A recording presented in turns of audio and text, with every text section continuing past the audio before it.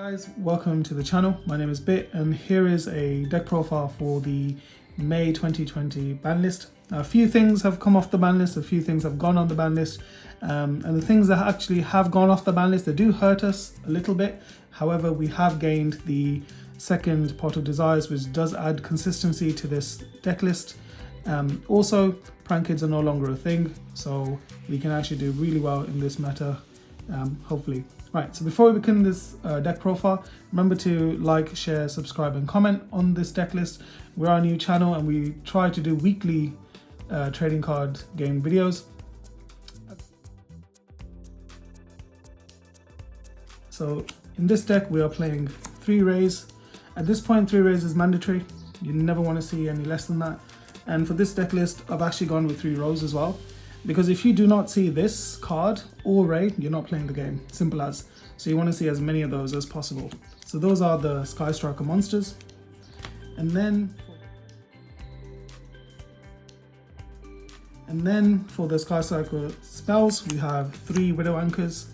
This is mandatory as well.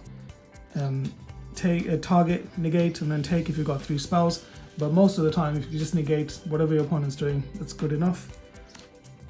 I also played 2 Shark Cannons. In my last profile, if you watch it, I only played 1. This time I think 2 are really good because there's a lot of people with grave effects. A lot of decks nowadays that have graveyard effects, and this is really good if you need an extra body to link climb. You have to play Engage, this is what makes the deck. 1 multi-roll, 1 Afterburners, and 1 Area Zero. These are pretty standard, just you need to tweak the ratios for your locals.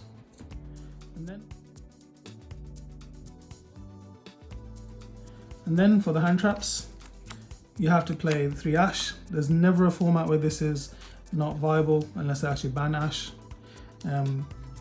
2 Ghost Bow.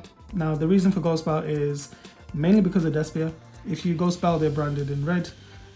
They choose a target, you Ghost Bow the target. They can't get the target back, so they cannot summon. Effect Veiler. This is not as impactful as other cards. It's essentially a 1-for-1.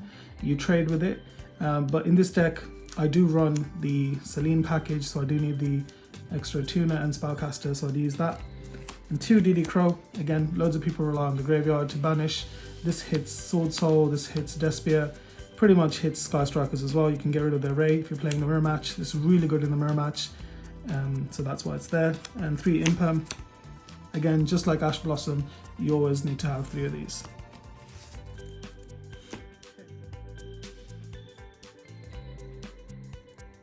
Okay, and then for the power spells, I play 3 Forbidden Chalice. And the reason for 3 Forbidden Chalice is because of Mirror Jade. And it also forces your opponent to do suboptimal plays. So we are going to put some matches up and you'll see that this card actually forces your opponent to play around it. So it is technically a dead card if you draw it by itself, but if you have 2 cards, this does trade 1-for-1 and it does make your opponents do things that they wouldn't necessarily do. So this is quite good. Then I do play 3 Triple Tactics. Pretty much I'll put it in here because everyone's going to activate some sort of card effect in your main phase. And again, you can play Change of Heart because it has come off the ban list. However, this is Change of Heart, Forceful Century, and a Pot of Greed all in one. So it literally covers all 3 things.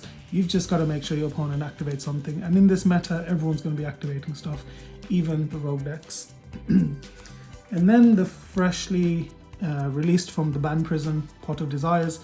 Now this card is, I love or hate it, because as you'll see at some point, you can end up banishing your Rays, and if you do that, that's a sad day for you because you're not playing the game.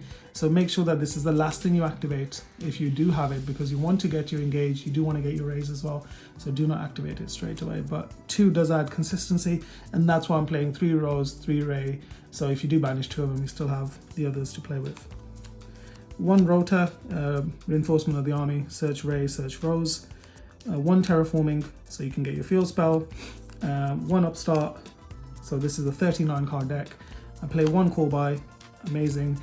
And then the 1 card that always has ups and downs when you play it, Mystic Mind. Mystic Mind just slows the game down and it lets you it buys you a couple of turns, and you can always get rid of Mystic Mind because you do have your own fuel spell as well. That's the Main deck, a 40 card list, 39 if you take Upstart, and then now for the extra deck. This is quite, these are the ratios that have been tried and tested. You don't want to mess around with them. 3 Shizuku, 3 Kagari, 2 Hayate, 1 Kaina. Kaina rarely comes up, but if you do want to stall for a turn, you do need Kaina, because she does stop your opponent's monster from attacking. Only 1 monster. Then Zeke gets rid of troublesome monsters.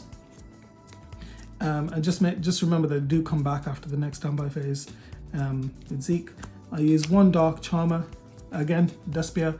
All of their monsters are dark. They're main monsters anyway, and it does help in link climbing. 1 Hulk. The Hulk goes with Celine. So get Hulk, get your Effect Veiler. Effect Veiler climbs into Celine, and Celine climbs into your access code talker. There's no real substitute for access code talker in this deck.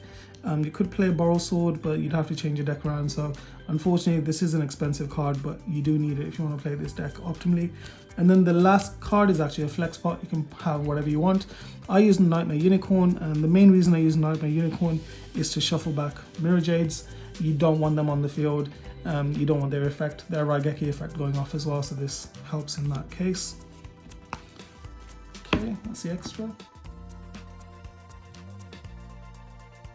The extra. And now for the side deck, this is always you tailor this side deck to your locals. Whatever your locals are playing is what you should be siding. So my locals, we do have some sorts of players. So Token Collector, there's not many Brave players, Brave Engine, sorry. So it does come off that as well if you're playing against Brave Engine. But Token Collectors, 3 Ogres, again just in case of the Brave package. I actually side in Raigekis against people who I know of if I'm going second. 3, there can be only 1s. Your deck is not really affected a lot by this, so why not play it? I played 2 Raws. Again, people put up a lot of monsters on the boards this meta, so this does get rid of it, and it has quite a cool effect. It can't be targeted and you can't really attack it, and this is a flex spot, but I do have some Eldritch players in my locals, so Red Reboot is always there. Right guys, that is my deck profile, my Skyscraper deck profile for this meta. If you've got any comments or you'd like to know a little bit more about this deck, please do let me know. Look out in the future, I'll be posting some live duels with this deck, so to help new players and current players who are trying to pick up this deck, learn the deck a little bit better. Right, this is Bit, and I'll see you next time. Thank you.